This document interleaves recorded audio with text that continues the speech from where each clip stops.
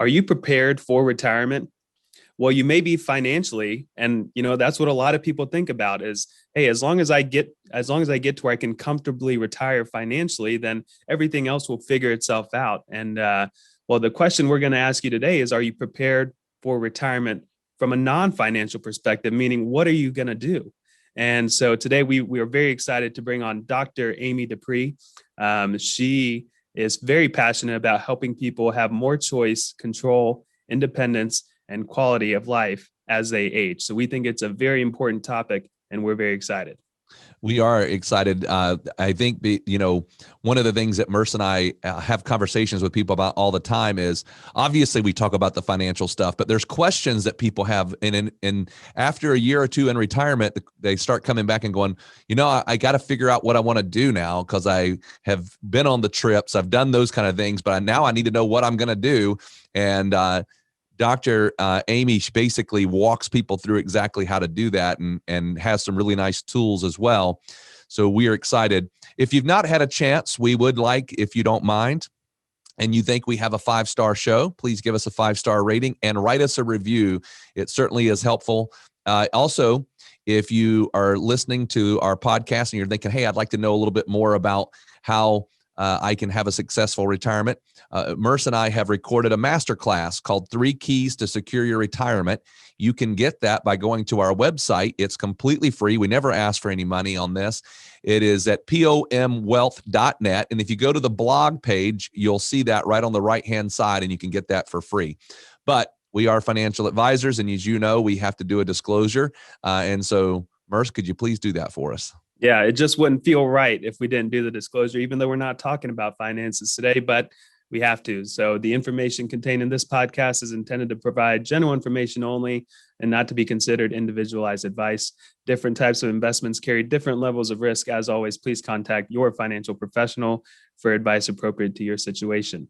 Enjoy the show.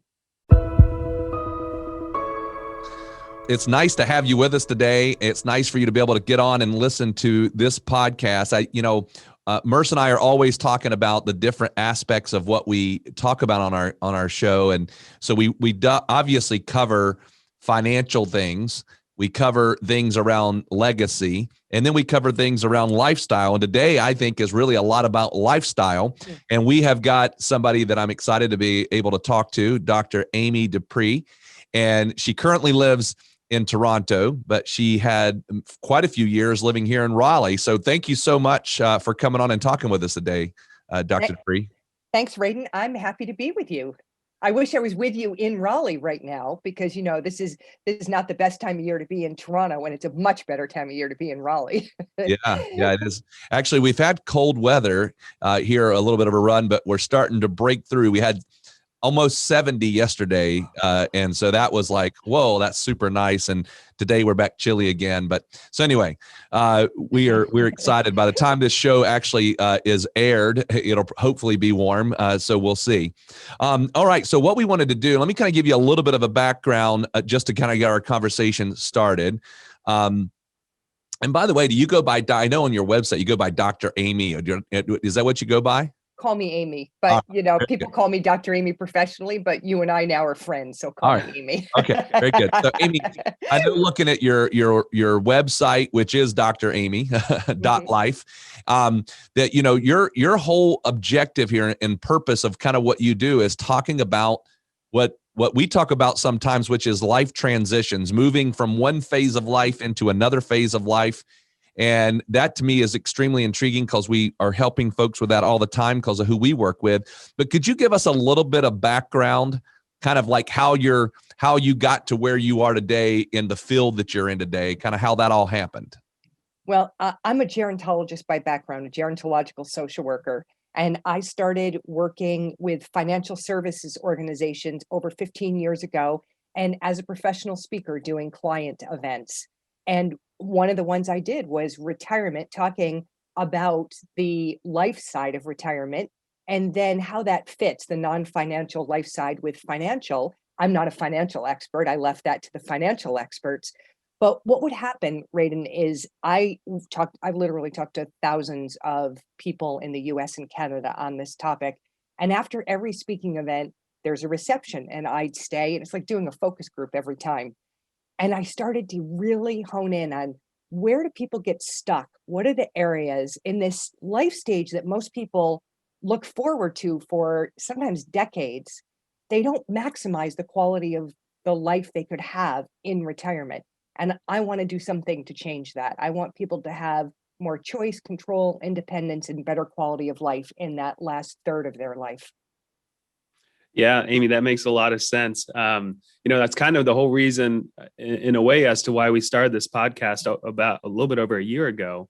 Is we didn't want to just be that boring financial advisor that's only talking about financial stuff, and eventually you just you get bored with that. So that's why we added on these other elements of legacy. How do I leave my money behind properly, and then lifestyle, which for us is really the most fun. We've talked to all kinds of doctors and types of other things, that because there's so much more than just finances when it comes to retirement, the whole transition. I mean, you're starting a whole new phase of life. And so we were looking, just doing a little bit of research on your background and everything, and we saw this thing called chapters within retirement. Can you give us a little bit of a breakdown as to what that is and what that means to you? Well, Morris, I love to talk about this because what happens for most people is if they do any planning for retirement, they do it for what I say is the first chapter. Because what happens is people approach this life stage as one long chapter, right? And the truth is, for some people, this chapter goes on 25, 30 years. So obviously it's not just one stage. So I like to break it into early, mid, and later retirement. And if you look at early retirement, again, it's the stage, if anybody does planning, they do it for this typically. It's where people do the bucket list. It's when you ask them, what do you want to do? The first thing they say pre-COVID is travel. I want to travel, and they talk about the fact that if they had a hobby they haven't had enough time for, they want to do that, or golf. These are all big ticket items. They're not, and I don't mean ticket as in financial, but kind of the big rock items. What people don't think about, though, are the day-to-day of retirement, which is a whole other issue. But then if they do this early stage for the first few years, they're enjoying kind of all that pent up energy of, I've worked all these years, now I can finally go run around and play. It looks a lot like an extended vacation. They move into a second chapter. The second chapter can go on for decades for many people. You still do those fun things, but it tends to take on more of a day-to-day life feel. So now maybe people get a volunteer activity that they're very engaged with, or they're spending a lot of time with grandkids, or they're maybe even consulting or picking up some work stuff. This is the chapter, though, that I think people really don't maximize because they haven't given a lot of thought to this one, right? They were thinking about, we're going to run around and travel and have fun, but what's my life going to look like after I spend those first few years? So this is where I often see people kind of have a drop in their sense of purpose and meaning and quality of life. And then that last chapter, the third chapter, is later life. Now, even, if you're fortunate enough to live into your late 80s, 90s and older, even if you're very healthy, it's unlikely that you're living then like you were back when you were in your 60s, right? So now I always joke that every time I say that, there's a news story the next day that talks about a centenarian who's doing something amazing. One of my favorites is an Australian woman who at 103 won the shot put competition. And I always pause and say, in her age category, and you don't have to throw it very far, but you do have to be alive to win. That was Right. her. So, Yeah. but that's not the typical person. And so that later stage, again, the issue here that people get into in this chapter is they don't plan for health changes that may occur, and for changes in housing and what they're going to do to again maximize quality of life. And so often, if they make changes, they're done in crisis. So the areas that I hope to help impact, especially for people, are those middle and later chapters of retirement, so that they live better. Yeah, I think that's so important. And the reason why, for Merce and I, most people, when we sit down and talk to them, it is all about, do I have enough money to retire? And that's the focus. And I think that's a focus of what everybody thinks about, when they think about retirement. They go, can I afford to retire? And they've worked for decades with this idea of, I got to save. And I think people spend no time, it to a very little amount of time thinking about what am I going to actually do whenever I actually can afford to retire. And so I think having this conversation is extremely important, especially to help people think through, hey, not only setting a financial goal, but what am I going to do? Like, what are my phases? Now, I know also that you have this thing on your website we were looking at about creating the life that you can fall in love with, and that you, and I'm in my mind, I just hear that and I go, well, yeah, who would not want that? But could you tell us a little bit about that? How does somebody do that? How do they create that kind of life? And I just want to add to what you said, that I kind of joke that when you look at retirement planning, I joke it's been hijacked by financial planning for just the reason you said, Radon, that because if you say to people, hey, have you done planning for retirement? They'll say, oh yeah, I have an advisor and I'm all set. Well, how about your life? And I do talk about this idea of creating a life you fall in love with. And here's the thing, when I help people think about planning their life for retirement, what I say to them is, when you're 20, you're not planning when you're 40 for when you're 40. You're planning for 20 to 25 or 25 to 30. We often do it, right? And often people do it in 5-year increments when they're younger, 5-year plans. You don't have to do that with your retirement. But it's the idea is that planning is an evolutionary ongoing process. It's not something that's one and done. So what you want to do is consider that you're going to want to continue to grow and evolve your life right to the day you die, which is a new concept for people, because what they typically do in approaching retirement is think, now I can just kind of kick back. Well, if you just kick back, that's an outdated view of retirement that interestingly came from the 1880s, when retirement as an idea came to be from the Chancellor of Germany, Chancellor von Bismarck, and he started the first national pension plan for Germans, and he set the age at 65, which he was a very smart man, Chancellor von Bismarck, because in 1883, the life expectancy in Germany was 47. And so this idea of what retirement was and what is in our psyche came from this idea when retirement was a brief period of rest and reward for a lifetime of hard work. Now people live decades in this, and we haven't evolved our thinking to say, I need to continue to plan. So what you want to look at as you're creating a life you're falling in love is what gives your life purpose and meaning right now?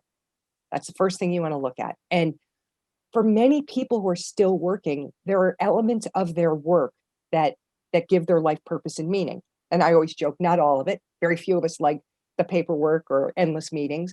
But what is it about that? And then what you want to do is look at what can you do from those things now that are giving your life purpose and meaning, and evolve them and move them to new activities. But you have to kind of do a little thought about this, right?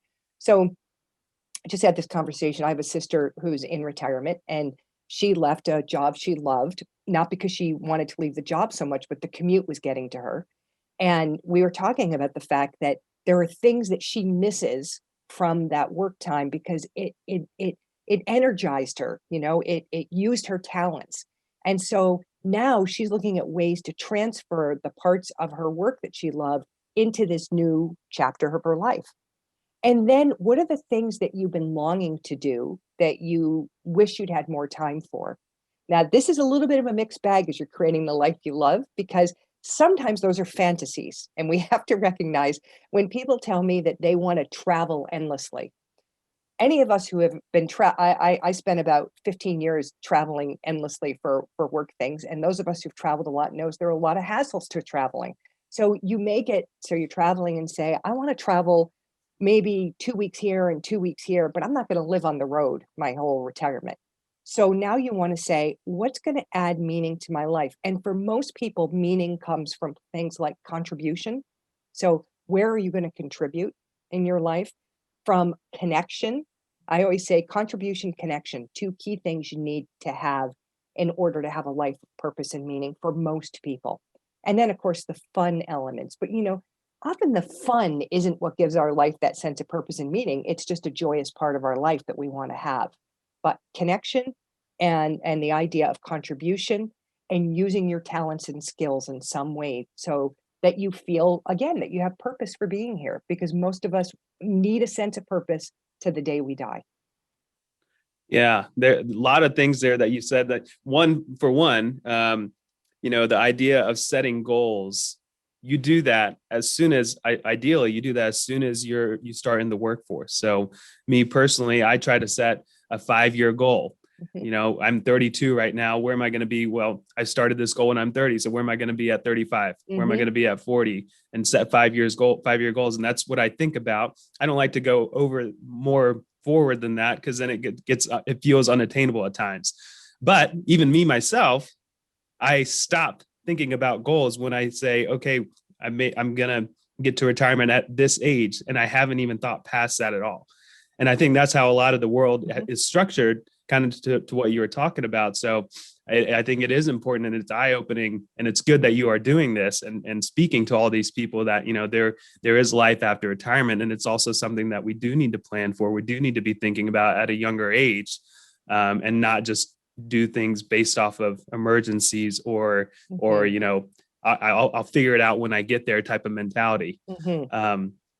And then you said something about connecting or connections, right? Making connections, and that's what gives people a sense of purpose, is having those connections to rely on.